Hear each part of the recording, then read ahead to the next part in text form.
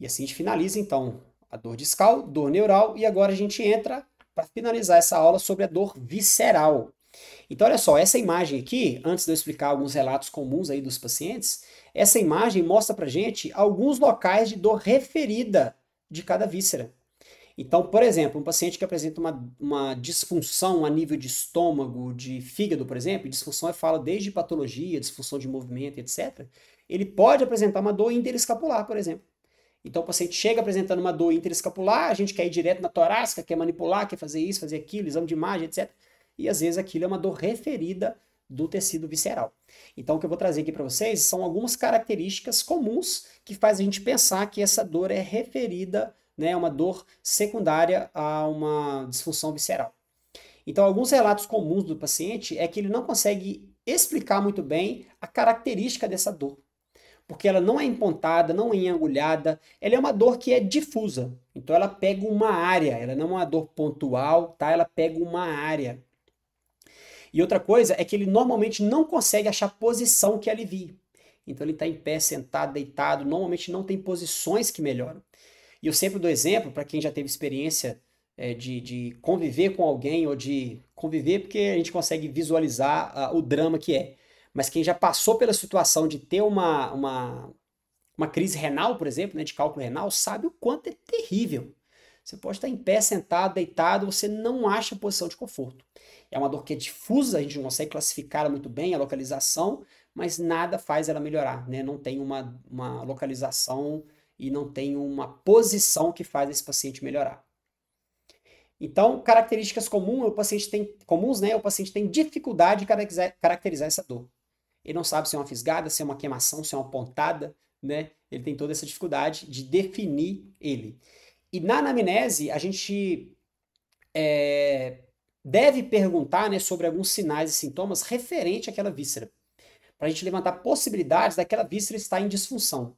Então, vou dar exemplo só do estômago e daqui a pouco a gente fala de outras, tá? Por exemplo, se eu suspeito, né? Por exemplo, o estômago pode dar uma dor interescapular, pode dar uma dor na região de trapézio, por exemplo, dor referida nessas regiões, só para a gente ilustrar, tá? Então, estômago, dor interescapular, dor em região de trapézio, bilateral, talvez um pouco mais à esquerda. Então, será que essa dor desse paciente tem relação com o estômago? Então, durante a anamnese, né, eu já sabendo que o estômago pode dar dor referida nesses locais, na anamnese eu vou levantar suspeitas, né, questionamentos para entender o funcionamento do estômago.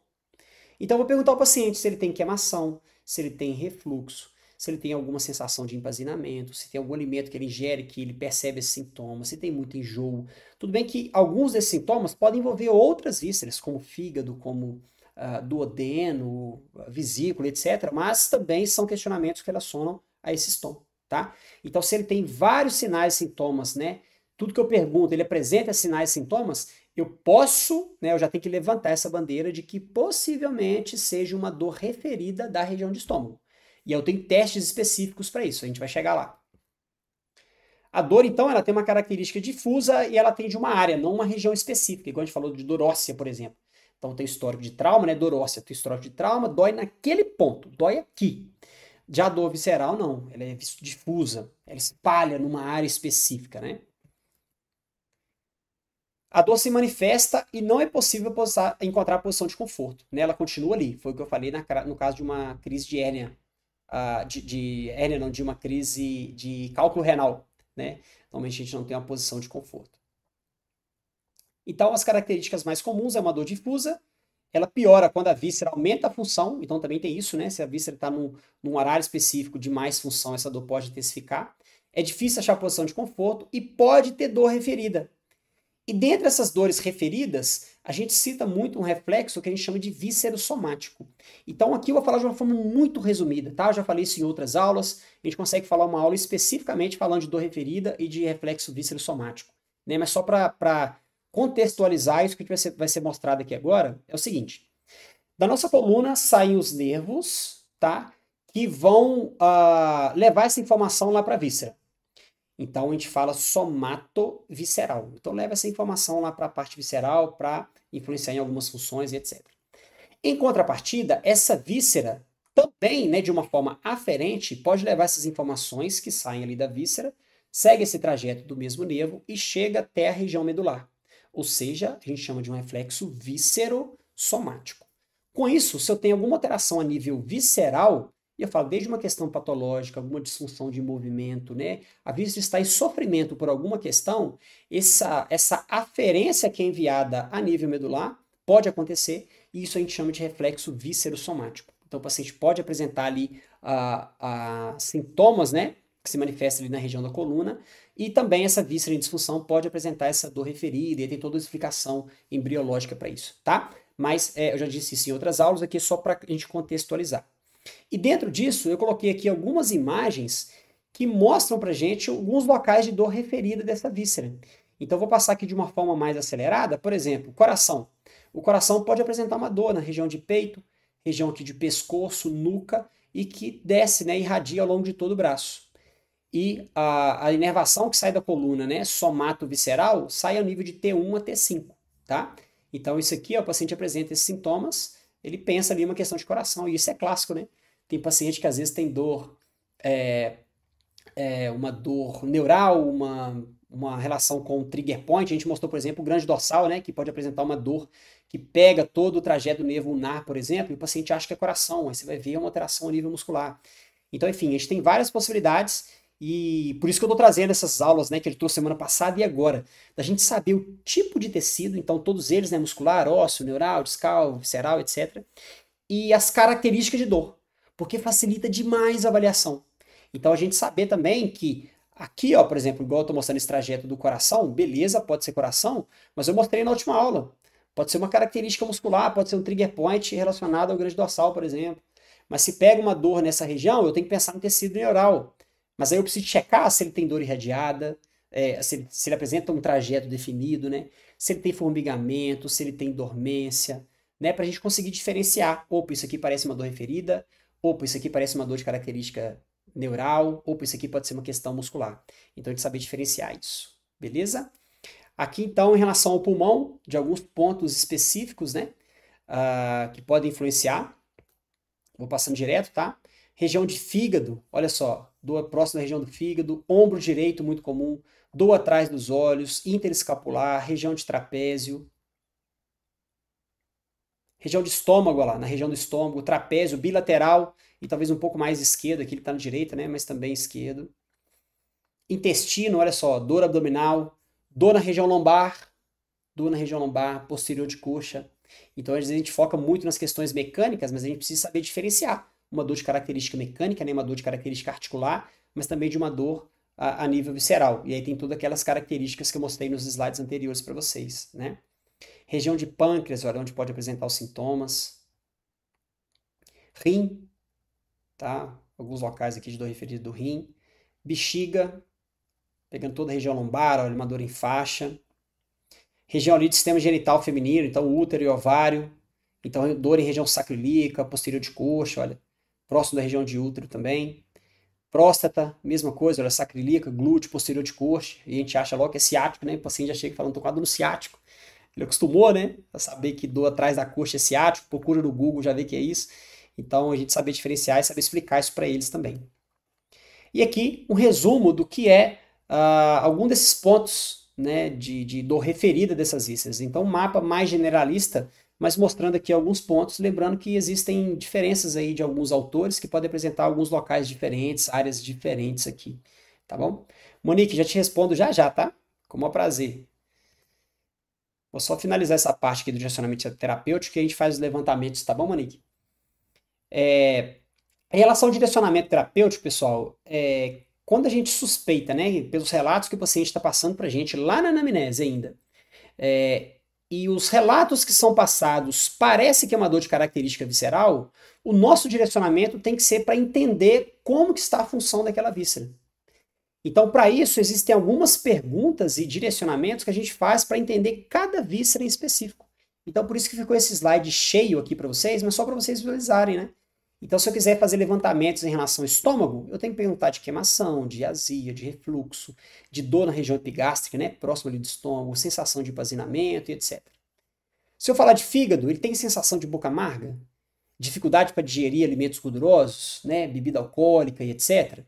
Então, dentre outros, né? Estou dando só exemplo bem sucinto.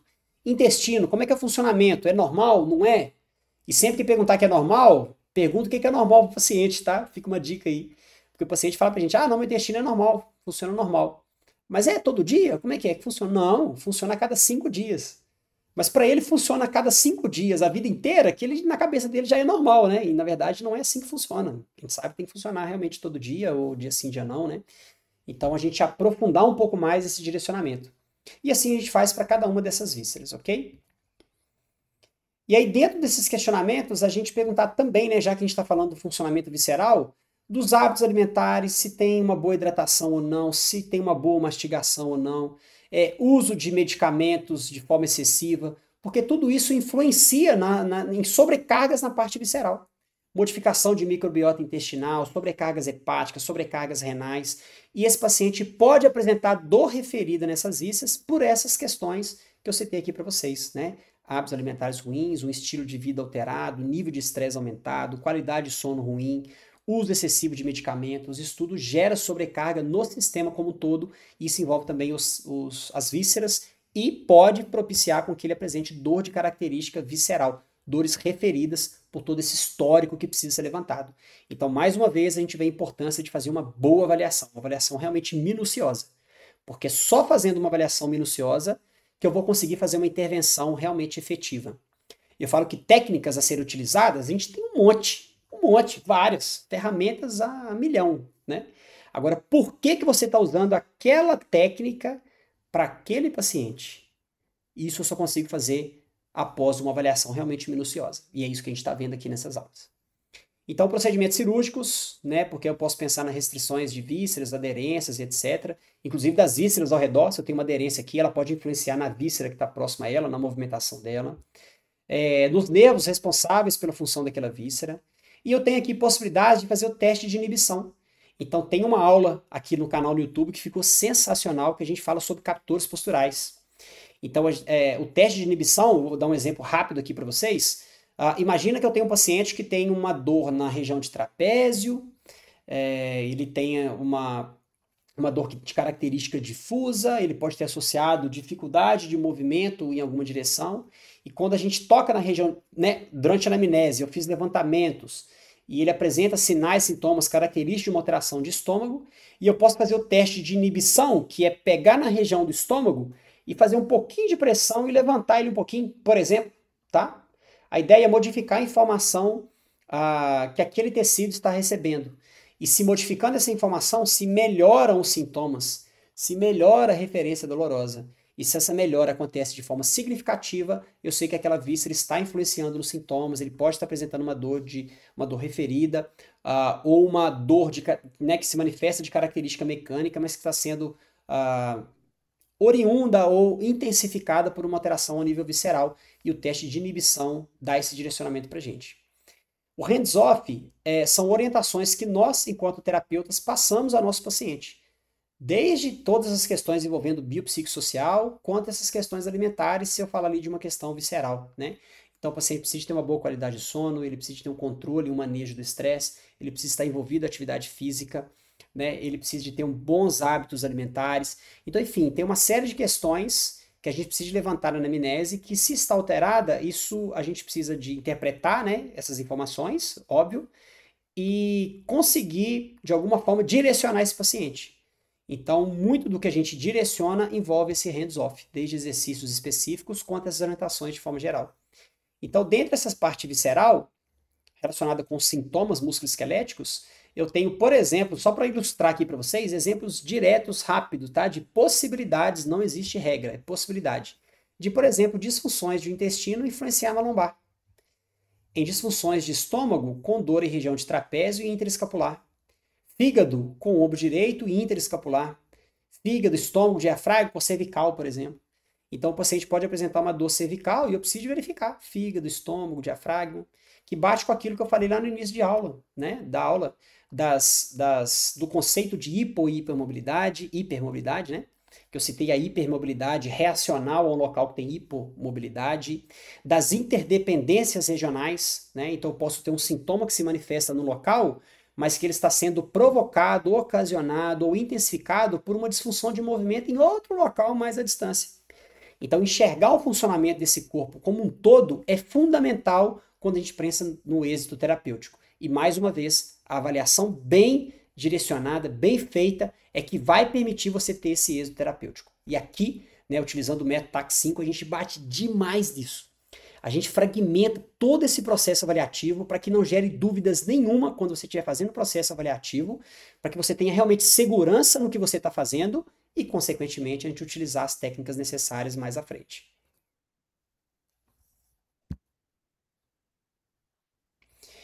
Então, pessoal, a gente finalizou aqui na semana passada, né, a primeira parte desse conteúdo, né, de tipos de tecidos e características de dor. E a gente finaliza agora a segunda parte desse conteúdo, onde hoje a gente falou sobre as alterações a nível discal, neural e visceral. E aí eu convido todos vocês que estão aqui, tá? Antes da gente finalizar essa aula, que eu vou tirar a dúvida de vocês, tá? Mas antes da gente finalizar, eu já convido vocês a acompanharem a terceira parte, que é o quê? A terceira parte eu vou fazer um apanhado geral de tudo que a gente viu até aqui. Então a gente vai resumir tudo que foi visto na primeira etapa, na segunda etapa, a gente vai trazer tudo isso na parte 3, de uma forma mais sucinta, mais direta, tá? Então eu sugiro quem não assistiu essas aulas que assistam todas elas, mas quem não teve a oportunidade que assista a parte 3, tá? Que a gente vai fazer esse apanhado geral de tudo que foi visto aí. Beleza, pessoal? Então aqui a gente finaliza mais uma aula, tá? Agradeço aí já a presença de todos vocês e já vou abrir aqui para perguntas, tá? Que eu vou aqui com o maior prazer responder todos vocês, tá? Quem não tiver dúvida, eu convido aí para a semana que vem, então, tá? Então já tem um compromisso marcado toda terça-feira às 19 horas. Deixa eu abrir aqui a imagem. Eu já tenho um compromisso certo aí com vocês, tá? Então na próxima aula, já adiantando aqui para vocês, a gente vai fazer um resumo, uma finalização de tudo que a gente viu em relação aos tipos de tecidos e as características de dor, beleza? Tem uma pergunta aqui da Monique. Monique, brigadão por você estar aí presente, acompanhando a aula. Valeu demais. Tiago, boa noite. É característica de dor discal a posição antálgica? Entrei agora. Beleza. Ô Monique, a alteração discal, sim, pode ter uma posição antálgica, né? Lembrando, eu falei lá na frente, não sei se você pegou essa parte, tá, Monique? Por isso que eu vou repetir. A dor, a alteração a nível discal. Aí está ela! Tô te vendo aqui. Ô Monique, a alteração a nível discal, ela pode vir associada com uma dor de característica neural, né? Aquele paciente que apresenta dor irradiada, sintomas características de característica neural. Mas pode ter um paciente que tem uma disfunção a nível discal e ele não apresenta alterações referentes à parte neural. E essa alteração a nível discal, ele pode sim ter uma posição antálgica associada. Então, a gente precisa só saber diferenciar isso aqui. E o interessante dessa alteração discal, ô Monique, que os movimentos repetidos, que eu não sei se você chegou a pegar essa parte também, movimentos repetidos, como o de Mackenzie, por exemplo, ajudam demais. Então, o Mackenzie coloca como se fosse uma obstrução mecânica. Então, essa obstrução mecânica pode ser uma faceta articular que não está movimentando bem, pode ser uma aderência a nível capsular que dificulta a movimentação de geral, né? Mas pode ser uma modificação da pressão intradiscal. Então, por exemplo, imagina o disco que está aqui. Então, se você inclina a coluna para cá, ele faz isso, voltei. Se eu inclino para o outro, ele faz isso, voltei. Então, ele tem uma pressão interna intradiscal que controla essa maleabilidade e permite com que a gente faça os movimentos da coluna de uma forma geral. Mas dentre essa obstrução mecânica, eu posso ter um envolvimento só do disco, ô Monique, como se ele ficasse desse jeito, né, ele fez essa inclinação e ficou aqui, intradiscal, tá? Então fica como se fosse uma obstrução do disco pela mudança de pressão intradiscal. Então nesse tipo de situação, eu preciso de achar um movimento que eu faça ele de forma repetida e que ele me permita, entre aspas, com que eu faça isso aqui com o disco, como se eu quisesse moldar esse disco, bem entre aspas, tá? Então eu posso ter, por exemplo, um paciente que tem uma posição antálgica, igual citei o lateral shift, que aí eu faço movimentos de correção de forma repetida e ele permite com que eu reequilibre essa pressão intradiscal. Pronto, já é o suficiente para ele melhorar os movimentos, para ele melhorar essa posição antálgica com esses movimentos repetidos. E outra possibilidade que a gente também tem é o paciente ter essa alteração discal, igualzinho eu citei para você, e ele ter essa dor irradiada. Por exemplo, ela desce até lá embaixo no pé. Então, através de movimentos repetidos, eu posso modificar essa pressão discal, ou seja, eu corrijo a posição antálgica, eu corrijo essa obstrução a nível discal, E automaticamente, essa dor que estava lá na periferia, lá no pé, por exemplo, ela começa a subir. Opa, agora está só atrás da coxa, ela está só no glúteo, ela está só na coluna, até ela vem como se fosse uma luz que se apaga. Ou seja, ela saiu da periferia e veio para o centro, que a gente chama de centralização. Quando isso acontece, já pode comemorar que vai dar Brasil. O paciente melhora demais. Então, a questão dele repetir esse movimento por algum tempo, que ele melhora essa mudança de pressão intradiscal, melhora a posição antálgica e faz centralização dos sintomas. Que, inclusive, essa é uma chave interessante, ô Monique, de evolução do paciente. Porque tem paciente que a gente atende, ele acha que vai melhorar da noite pro dia. Quando tem hernia de disco, por exemplo. E não é assim, né? Eu ensino muito pessoal aqui no TAC 5 da gente saber explicar isso pro paciente. Eu falo que a hernia de disco é como se fosse um corte que a gente tem na mão. Você cortou a mão hoje, você pode passar o que você quiser, pode tomar o medicamento que você quiser, que amanhã ela vai estar cortada ainda. Só que ela vai cicatrizando com o tempo. Então amanhã vai estar melhor, depois da manhã vai estar melhor, ela tem que estar evoluindo. Então o paciente que apresenta uma hernia de disco e dor irradiada até o pé, tem paciente que volta na semana seguinte e fala, Thiago, ó, tô do mesmo jeito. Caramba, minha dor tá igual, não melhorei nada. Eu começo a perguntar. Ah, peraí, você falou comigo que sua dor vinha da coluna e ia até o pé. Essa dor tá até aonde? Ele, ih, rapaz, tá ruim demais, vem da coluna e tá aqui na coxa, ó. Ah, é? Tá na coxa? Não tá descendo na perna mais não? Não, na perna não tá mais não, tá aqui na coxa, ó, e tá doendo demais. Então ele não consegue perceber que o fato de não estar sentindo na perna é sinal de evolução. Então eu costumo ensinar isso para eles, ó, sua dor está centralizando. Ela saiu da periferia, ela está vindo para o centro. Então é sinal de evolução, você está melhor. Talvez a intensidade ainda permaneça muito semelhante, mas ela não está mais na periferia, ela está na coxa. E eu ainda afirmo para ele, você pode perceber que agora ela vai sair da coxa, ela vai ficar no glúteo. Depois ela vem para a coluna e daqui a pouco você zera. E quando começa a acontecer isso, ele fica louco. Porque ele fala, nossa, é mesmo, o Thiago falou comigo que ia ficar só no glúteo. Às vezes a dor está até intensa demais, mas ele já sabe, ele já reconhece que ela está centralizando e ele sabe que ele está no processo de evolução. E aí a gente muda a chave, Monique, porque isso entra no processo de modulação da dor. Então, até no processo de educação em dor, isso faz uma diferença absurda. Então, isso interfere na produção de hormônios, de neurotransmissores, isso regula todo o nosso centro controlador de dor também. E aí, na neurofisiologia da dor, tem um monte de explicação para isso, né?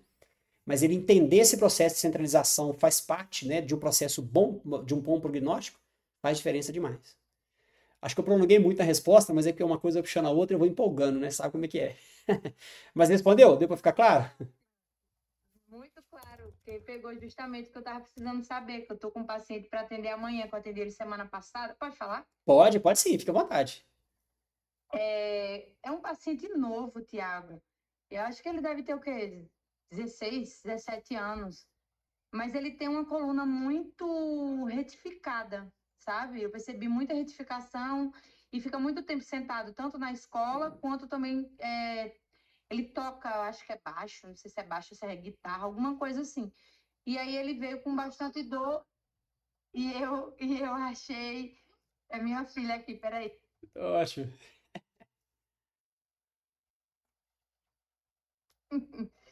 E aí eu achei ali um espasmo bem importante no quadrado lombar. Teoricamente, ele não me falou que estava com dor irradiada. Sim, Aí eu consegui melhorar, só que aí depois eu atendi ele na terça. Na quarta, ele ia viajar, Tiago, 2 horas sentado. Ou sim. seja, eu falei para ele, vai, pode ser que piore, porque você está num processo de crise, né?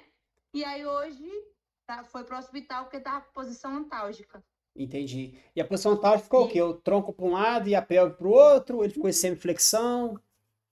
boa pergunta, eu não perguntei isso ainda a ele, eu vou ver ele amanhã, pra ver como é que ele tá. Aí eu tentei convencer ele a fazer uma consulta comigo, porque o que acontece? Vai pro médico, é o que o médico fala, não faz nada até fazer um raio-x. Aí eu fico. É isso mesmo. Aí eu Exatamente. consegui convencer. Eu disse, ó, você não vai fazer nada até fazer o raio-x, você não vai melhorar na dor.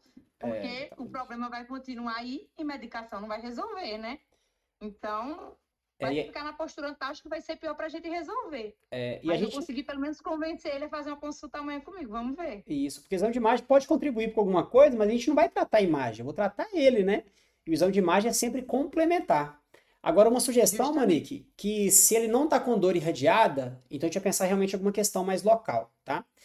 É, se ele tem essa retificação, como você disse, então, querendo ou não, a pressão acontece um pouco mais na região anterior do disco. Tá conseguindo pegar? Então, deixa eu pegar aqui na coluna, porque eu acho que esse questionamento para você pode acrescentar para outras pessoas que estão aqui escutando. Não sei se vai dar para visualizar isso aqui, ó. Então, olha só. Eu tenho uma curvatura aqui que é fisiológica, então isso aqui permite com que a pressão aconteça de forma equilibrada em cima dos discos. Então, se eu tenho uma retificação dessa coluna, eu vou fazer aqui exagerada, isso aqui, ó, eu tenho uma pressão aumentada na parte da frente desse disco, né? E menos na região posterior, não é verdade? Porque se eu faço isso aqui, por exemplo, uma flexão, ó, a pressão está acontecendo mais na parte da frente do disco do que na parte de trás. Então, querendo ou não, é como se esse disco tivesse se direcionando para a região posterior aqui da coluna. E na região posterior, eu tenho o ligamento longitudinal posterior, que ele é inervado pelo sinus vertebral de Lusca. Então, ele pode estar apresentando uma dor que pode ser discal, mas ele pode ser uma dor também de característica ligamentar. E aí a diferença, Monique, é o seguinte, como ele tem ficado mais tempo sentado, toda vez que eu fico mais tempo sentado, né, no final de amplitude, então se eu tenho uma lordose lombar e ele ficou sentado, ele fez uma inversão dessa curvatura, isso aqui, querendo ou não, eu faço um estiramento dos ligamentos posteriores. Ligamento longitudinal posterior, ligamento interespinhoso, interespinhoso. Então, um paciente, quando tem essa característica, né, de ficar mais tempo numa inversão de curva por tempo prolongado, o estiramento ligamentar pode gerar dor de característica em queimação. Então, se ele falar para você, ó, eu estou muito tempo sentado, eu estou bem, eu estou em pé, estou movimentando, está tudo jóia. Agora, eu fiquei sentado, passou 10, 15, 20, sei lá, meia hora, começa a queimar demais. Mas quando eu levanto, se ele levanta, ele modifica essa curvatura. Ele tira a tensão da parte ligamentar. Se ele falar, ó, quando eu levanto, quando eu ando, eu melhoro. Ou seja, isso é uma dor de característica ligamentar. Então pode ser que não tenha nada no disco, pode ser que seja nada. Que ele melhorava quando estava deitado, Tiago. Diz que a melhor posição para ele era deitado. Ah, sim. Então, deitado, a gente viu que pode ser uma característica discal, né? Eu tenho a redução de pressão, pode ser uma característica discal. Mas, de toda forma, como ele fica muito tempo sentado, essa pressão aumenta muito na região anterior. Então, talvez a gente vai ter que criar estratégias, estou falando assim, suposição, tá? Você vai ter que checar e ver, de movimentos de extensão lombar. Então, o que você pode pedir a ele? Em pé, colocar a mão nas costas, a palma da mão na região das costas, e pedir para ele fazer repetições, ó. Leva o máximo que ele puder para trás, ó. 1, 2 segundos e volta. 1, 2 segundos e volta. Faz lá umas 10 repetições. E vê se ele melhora o movimento, vê se ele melhora o sintoma. Porque esse movimento de forma repetida é aquilo que eu falei que é uma das possibilidades da gente reequilibrar essa pressão intradiscal. Então pode ser uma alternativa, tá? Tô colocando uma alternativa porque possibilidades são diversas, né? Ah, sim. Eu fiz esse teste com ele, do Mackenzie, e ele é porque fica uma informação meio confusa. Ele me falou que quando ele puxava as pernas para ele, no caso da flexão, melhorava. Só que quando eu fiz esse movimento lá com ele sentiu dor lá. E quando eu pedi para ele fazer a extensão, ele falava que doía, mas a dor era diferente. Isso. Então, eu acho que provavelmente por isso, porque diminuía a pressão na parte anterior ali, né? E meio que reposicionava o disco, né? Eu não sei se acontece isso, de reposicionar, né? Talvez seja uma forma mais grosseira, mas é basicamente como se fosse isso. Então ele tá como se fosse alterado e o movimento de extensão faz isso aqui, ó, como se eu quisesse reequilibrar essa pressão interdiscal. A questão é que os primeiros movimentos ele pode apresentar dor sim, tá? Porque é uma pressão que você está fazendo num local que está obstruído, vamos usar esse termo, tá? Então, ele fazer esse movimento repetido, ele pode reequilibrar essa pressão discal. Então, os primeiros movimentos podem apresentar dor, e a dor também pode ser porque a base sacra, Monique, porque se eu estou em pé, ela está aqui, ó. Então, eu tenho uma base sacra que está um pouco mais anterior. Só que se ele fica sentado, eu tenho uma base sacra que está mais posterior. Então, quando ele fica em pé e ele faz um movimento de extensão, ele obrigatoriamente joga essa base também para frente.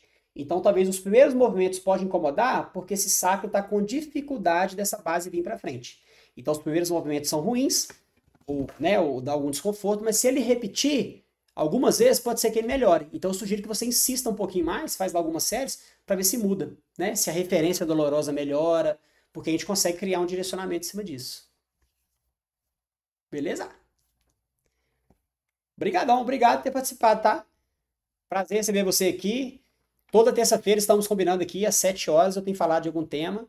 E na semana que vem a gente vai fazer esse apanhado geral sobre essas características de dor, os tipos de tecido, tá bom? Se der, Maravilha, se adorei, organiza na adorei. agenda, vai Tudo ter. livre na hora certa, Vai dar Tiago. certo. Aí, pronto. Deu uns dicas para amanhã. Depois você me conta lá, me manda um feedback lá no Instagram. Vou ter o maior prazer de, às vezes, até te orientar em algum detalhezinho a mais, tá bom? Beleza, Monique. Boa noite para você. Aí, ó, chegou para aprender também, tá vendo? Pessoal, boa noite para vocês. Caso tenha alguma pergunta, estou à disposição, tá? Tô vendo aqui no chat. Por enquanto não, né? Então, beleza, vamos encerrar essa aula e vejo vocês na semana que vem. Abraço, até breve.